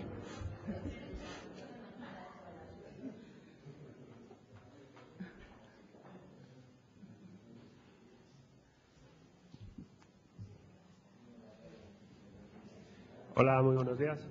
Pues también es una pregunta para Pura Campos, y en este caso parte de mi ignorancia, pero viniendo un poco al hilo de la charla con los autores aquí ayer por la tarde-noche, me gustaría saber, precisamente también al hilo de parte de lo que se ha hablado aquí, por tu condición de dibujante mujer y por la época en la que empezaste a desarrollar tu trabajo, ¿cómo empezó ese trabajo? ¿Cuál fue el nexo? Estabas hablando que trabajabas en moda, y de repente, ¿cómo fue ese salto al cómic? Y sobre todo al cómic para un mercado internacional, para un mercado inglés. ¿Se pusieron ellos en contacto contigo? ¿Hubo una especie de intermediario? Oye, me gusta lo que haces en moda, a lo mejor el cómic podría darse bien, y conozco casualmente maneras de... Yo nunca pensé hacer cómic, así como Carlos lo tenía clarísimo, yo no. Yo ilustraba, sobre todo empecé haciendo moda, modelos, y para figurines, para revistas de moda. Yo estaba inmersa en la moda y me encantaba y me sigue gustando. Pero por casualidad pasé por Editorial Bruguera y, bueno, pensé que me dijeron que me quedara. Salió Víctor Mora y me dijo, pues puedes empezar mañana si quieres. Y por curiosidad me fui al otro día a Editorial Bruguera pensando que estaría pues unos meses, quizá un año, por curiosidad. Y cuando empecé a trabajar en Editorial Bruguera, pues me gustó la gente que había allí, conecté muy bien y empecé a hacer unos dibujos y empecé a ver historietas de autores de entonces que eran buenísimos, como Vos Penalba, y bueno, habían muchos muy buenos, y eso me enganchó. Ya pensé, pues a mí me gustaría también hacer cómic. Y lo probé, pero no pensando que iba a hacer grandes cosas, sino me hacía ilusión hacerlo. Y bueno, ahí empezó todo y poco a poco pues fui entrando en las historias de cómic y me enviaron trabajo de Inglaterra y empezó a gustar. Y la verdad es que me costaba mucho hacerlo al principio. Es un poco lo que iba a preguntar. ¿No le resultó complicado? Porque un trabajo de ilustración tipo figurín, es una imagen con una página, y luego evolucionar a un mundo de narración por viñetas, página a página. La ilustración es muy bonita, la pintura es muy bonita, pero el cómic es muy difícil y no está valorado. Yo he hecho cómic, no está valorado. Cada viñeta de cómic que está bien hecha podría ser un cuadro en algunos autores. No está valorado el cómic, pero me gustaba y me gustaba hacerlo y bueno, y por eso continué. Si no me hubiese dedicado. Además teníamos trabajo continuamente, sobre todo en Bruguera, trabajo de Inglaterra, trabajo para otros países, y eso pues hacía también que me ilusionara hacerlo. Bueno, mi pregunta es para el gran Carlos Jiménez. Al hilo de las últimas ediciones integrales de Paracuellos o de Los Profesionales y tal, mi pregunta es si ya has dado por definitivamente cerradas esas series o nos piensas dar alguna sorpresa en el futuro. Yo nunca doy por definitivamente cerrado nada, porque la experiencia me dice que cuando alguna vez he pensado que lo dejaba por cerrado, luego tiene que volver a abrirlo, ¿no? Lo que me di cuenta es de que la vida, ya tengo 70 años, ya cualquier día me va a cerrar ella a mí, ¿no? Entonces, no sé cuánto tiempo más podré seguir dibujando, no sé cuánto tiempo más podré seguir escribiendo y no sé cuánto tiempo más podré seguir publicando, porque no veo autores, no veo editores a mi alrededor a los que poder dirigirme, a los que poder decir, mira, estoy haciendo esto, porque lo que me pueden pagar no me daría para comer, ¿no? En este momento, pues los dibujantes muchas veces, en el caso mío en concreto, ¿no? Estoy viviendo más de lo que hice hace mucho tiempo y de reediciones como estas que tú has citado, mientras preparo cosas para hacerlas en el futuro que no sé quién las va a pagar, que no sé ni siquiera si alguien las va a querer publicar, que no sé en caso que las quiera publicar qué edición va a hacer. O sea, es una incertidumbre total, ¿no? Entonces, bueno, como no sé tampoco qué tiempo me queda por vivir ni cuánta capacidad, pues igual mañana o pasado pues me da el telele y se acabó todo, ¿no? Pero si no es así, pues estoy en unas condiciones de no hacer muchos planes, ¿no? En estos momentos tengo un proyecto que me entusiasma, me apasiona. Quizá una de las mejores cosas que yo tengo es la capacidad de ilusionarme con los trabajos que hago, ¿no? No importa la calidad del trabajo, importa mucho la cantidad de entusiasmo que genera en mí, ¿no? Yo algunas veces digo a los amigos, digo, mira, a la hora de escribir, entre Cervantes y yo, pues claro, no hay color, gana Cervantes, ¿no? Digo, pero a la hora de sentir mientras escribimos, se lo ha hecho a Cervantes, ¿no? O sea, lo que yo pongo en mis modestos escritos, no creo que Cervantes sintiera más que lo que yo siento, ¿no? Ni tuviera más pretensiones que las que yo tengo, ¿no? Entonces ahora quiero hablar de esto. Tengo un proyecto en el que he entrado, que es la vida de un dibujante. Quiero hacer la biografía de José González. Nunca había hecho una biografía, aunque se dicen que mis dibujos son autobiográficos, no es del todo cierto. Yo lo que pasa es que cuento cosas que conozco, cuento cosas, algunas me han pasado, pero no pretendo hacer una biografía, pretendo contar las cosas de las que he sido testigo. En este caso concreto, en el caso de la historieta que quiero abordar, que estoy empezando a abordar, sí es una biografía, la biografía de un dibujante, de un famoso dibujante español, que además su vida es muy peculiar, y he estado haciendo investigaciones. Nunca yo había hecho una biografía, y para abordar este trabajo me he ido a Barcelona, hice citas con 8 o 9 personas que habían vivido mucho con Pepe González. En la profesión le llamamos Pepe, y la historieta se llamará Pepe también. Y entonces les he entrevistado, he grabado veintitantos cassettes, con todo tipo de datos, y yo mismo me he sorprendido de la dimensión de este hombre, de Pepe González, ¿no? Entonces estoy trabajando con mucha pasión en esto, tratando bueno, he tenido que transcribir las cintas, luego hacer una escaleta muy detallada, numerada para no perderme y tal, ¿no? Y en ese momento estoy empezando a escribir el guión. Creo que me saldrá algo muy largo, me saldrá, yo calculo que puede ser alrededor de 200 páginas, quizá trabaje por más de 2 años en ello.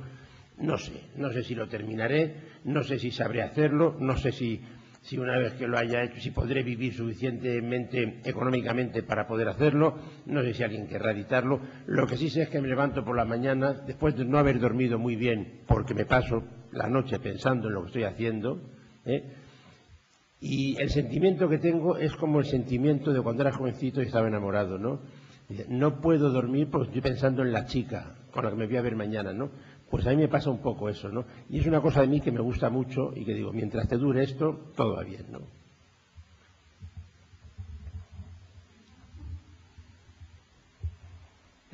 Para Elena de la Fuente, es sobre el reconocimiento a Víctor. Estamos hablando aquí de reconocimiento a Víctor y a estos grandes autores.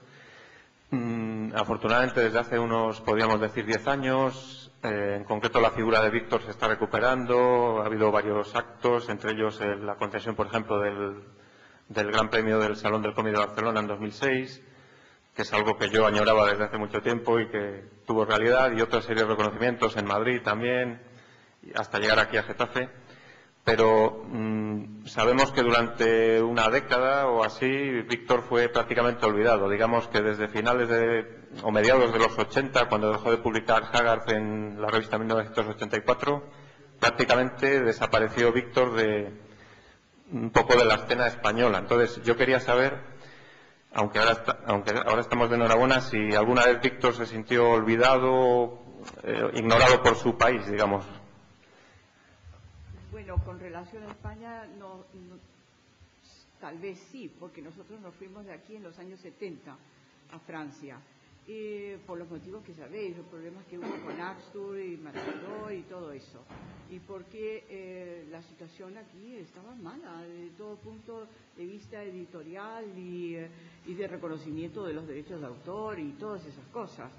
En Francia, cuando llegamos al principio, cuando nos fuimos, era porque él tenía unos contratos ya organizados con 2 editoriales. Pero ¿qué pasó?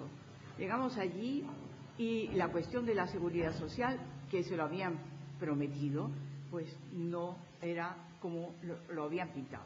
Entonces Víctor dijo no trabajó entonces para esos 2 editores y prefirió optar por un trabajo que muchos de vosotros habéis leído, que él le llamaba alimenticio, es decir, unas colaboraciones que estuvo haciendo para Italia para poder subsistir, ¿verdad?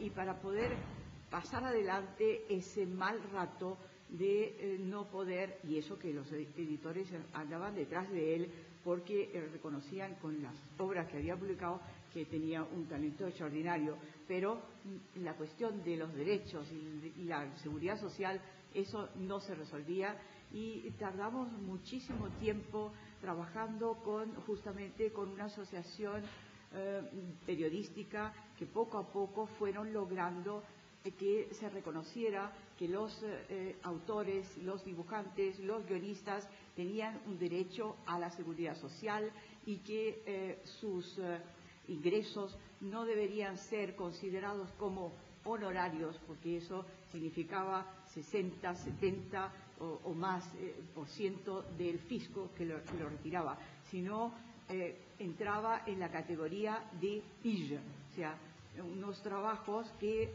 tenían una hoja de pago y indudablemente la situación se fue mejorando con un trabajo de colaboración conjunta. En eso los franceses son dinámicos y van a buscar todas las formas de protección social y reconocimiento el máximo que puedan. Y eso fue motivo que poco a poco Víctor aceptara contratos después de ese lapso de tiempo, contratos con Hachette, con Dargaud, etcétera, y luego vino Larousse, pero eran trabajos de muy importantes y tomaba pues muchísimo tiempo. Hacer un álbum de 48 páginas, ustedes se pueden imaginar lo que eso representa. Además, después de haber hecho esos trabajos alimenticios, hizo Víctor el Sunday. Sunday son una cantidad fabulosa de páginas. Y eso también, naturalmente, necesitaba muchísimo tiempo y fue durante ese periodo de inestabilidad para los autores, ¿verdad? Bueno, pero poco a poco la situación se fue arreglando. Lo que no se arregló, yo diría casi hasta el final, es la cuestión de los derechos del autor. La devolución de los originales, la recuperación de los originales sin tener que recurrir a los tribunales. Todo eso es una gran complicación en la vida de un autor que desee por encima de todo defender sus derechos. No es fácil privarse, no es fácil decir no, pero Víctor tenía ese carácter y esa fuerza de voluntad que él superó muchísimas dificultades gracias a su tenacidad, gracias a su esfuerzo. Y naturalmente pues todos hemos tenido que apoyarlo y seguirlo porque él tenía la razón. Y yo creo que lo que estoy diciendo no vale solo para Víctor, sino que vale para todos. Lo que acabo de oír de parte de Carlos y de Purita, que hay dificultades, que hay problemas, que faltan editores, y los editores tienen muchísimo dinero. Eso no cabe duda, aquí, en Francia, en Alemania, donde sea. Ahora, la gran dificultad es que el autor pueda decir: yo me conservo tales derechos, o quiero estos otros derechos. Casterman, por ejemplo, quería los derechos mundiales para Agar. Agar hubiera estado publicado y hubiera Víctor sacado muchísimos álbumes. ¿Qué pasó? Víctor dijo no, solamente para la lengua francesa. Y eso no le gustó a Casterman. Y ya está. Y Víctor dijo no, y Casterman tampoco dijo sí. Entonces, ustedes se pueden figurar lo que significa para un dibujante esa lucha constante para el reconocimiento de sus derechos. Por eso que les digo que deseamos participar en todos los trabajos que haya para apoyar ese reconocimiento, como se ha dicho esa palabra muy bien aquí, del autor, del dibujante, y la valorización de este arte, vamos a llamarlo así. Es decir, tratar por todos los medios de que no sea una cosa de divertimento, una cosa mal hecha, tratar por todos los medios de que hacer un trabajo de calidad, con dignidad, y defender siempre unos derechos.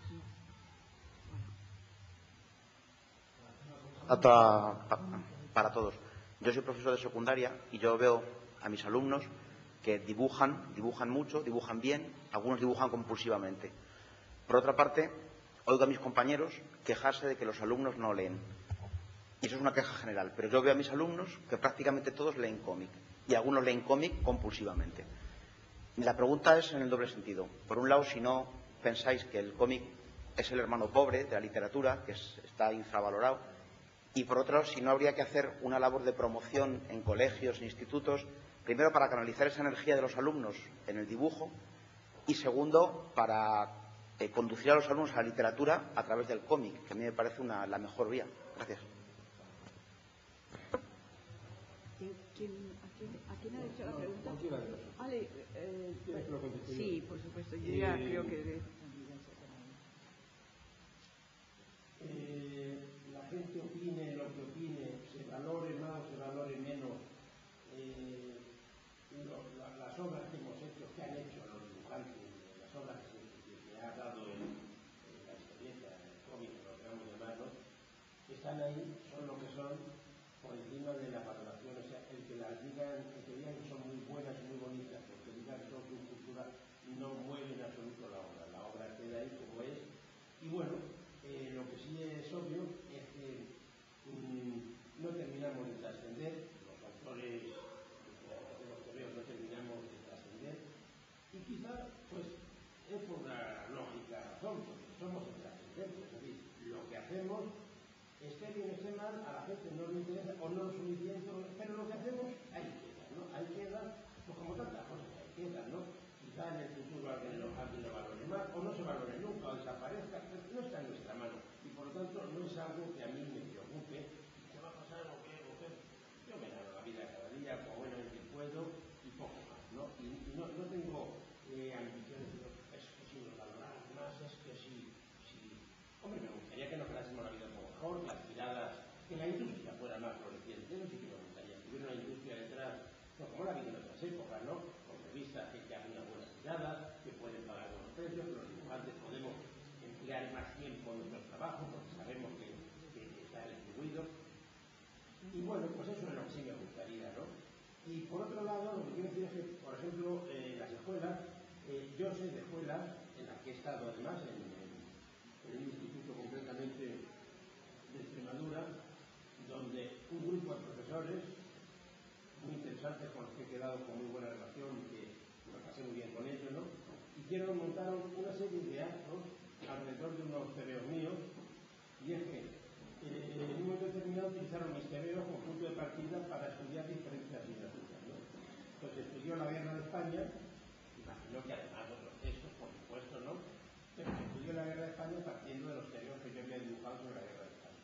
Incluso en la clase de plástica, pues además de otros carteles de la guerra y tal, se copiaron dibujos míos, se reprodujeron las portadas. Tengo una foto muy bonita de un mural que hicieron los chavales, reproduciendo una portada mía.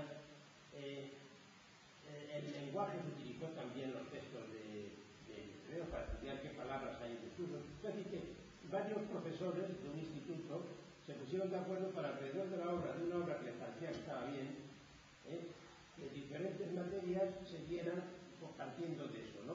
Bueno, pues ya hay un precedente, ¿no? Eso imagino que se puede hacer.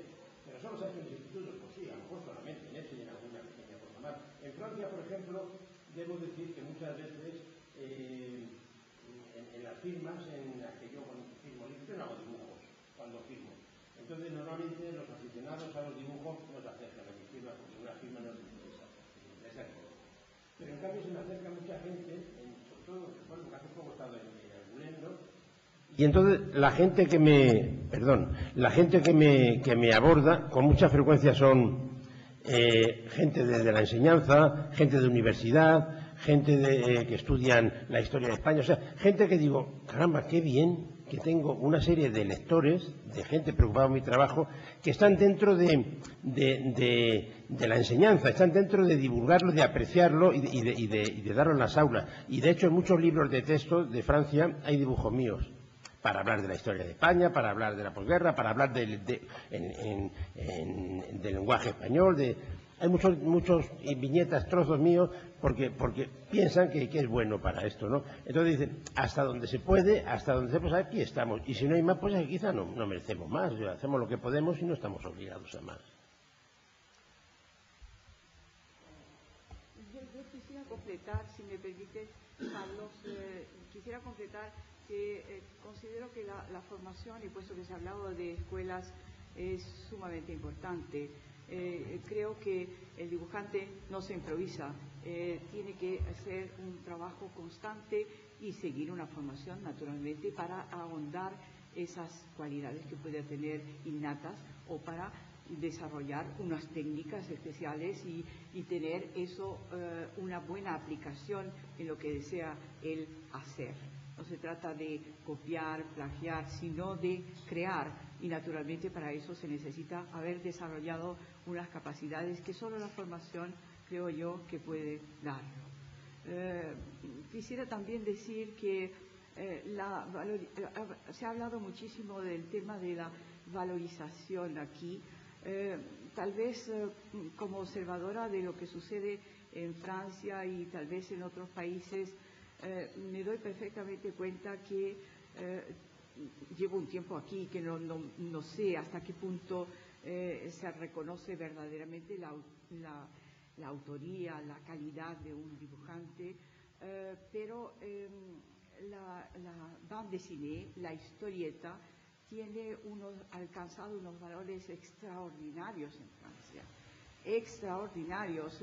Para hablar solamente en términos económicos, Se han vendido páginas de Hergé por casi 900.000 euros, Bilal 400.000, Prat 200.000, etcétera, etcétera. Cuando falleció mi pobre marido, naturalmente, ¿qué me pasó? He empezado a recibir tarjetas e invitaciones de parte de muchísimas casas de subastas para que pusieran los dibujos de Víctor en subastas, cosa que no haremos. Pero para que vean ustedes el interés que hay en este campo de la bande dessinée, de la historieta, del dibujo y de la creación en general, no solamente en Francia, en otros países también. Se venden páginas de autores americanos a unos precios fabulosos. Entonces, muchas veces me pregunto ¿qué tal la situación en España? Es ustedes lo que me tienen que decir, si se valoran de la misma manera trabajos de muy buenos autores españoles aquí en España. Les doy la palabra.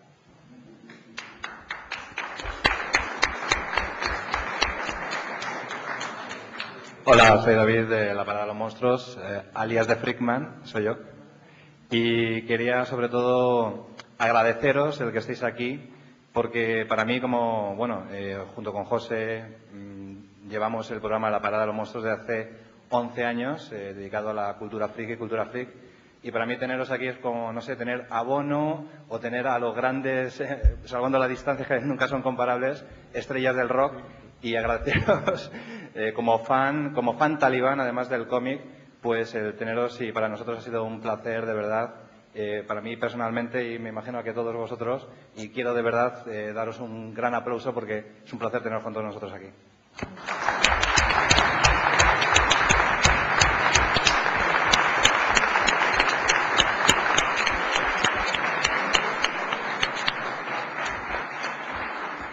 Bueno, pues yo creo que broche final a esta entrega de las calles, a grandes autores.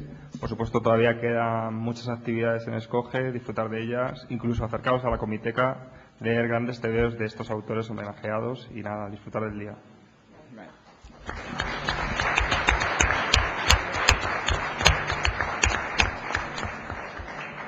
Bueno, como estaba más o menos programado, sabes que ahora vamos a abrir el turno de firmas y dedicatorias. Vamos a esperar un poquito que se relajen un poco aquí nuestra mesa de ilustres invitados. Seguramente aprovecharemos para hacer alguna foto, para inmortalizar aquí este momento. Y mientras vamos a ir organizando lo que son las filas para las dedicatorias y la sesión de firmas. Quien tenga número se puede ir acercando, pero dentro de unos minutitos empezaremos. Y luego también quiero decir y anunciar que cuando acabe la sesión de firma vamos a tener un pequeño catering aquí al lado para también picar algo que lleva siendo la hora del aperitivo. Muchas gracias. Carlos González, que se acerque, por favor.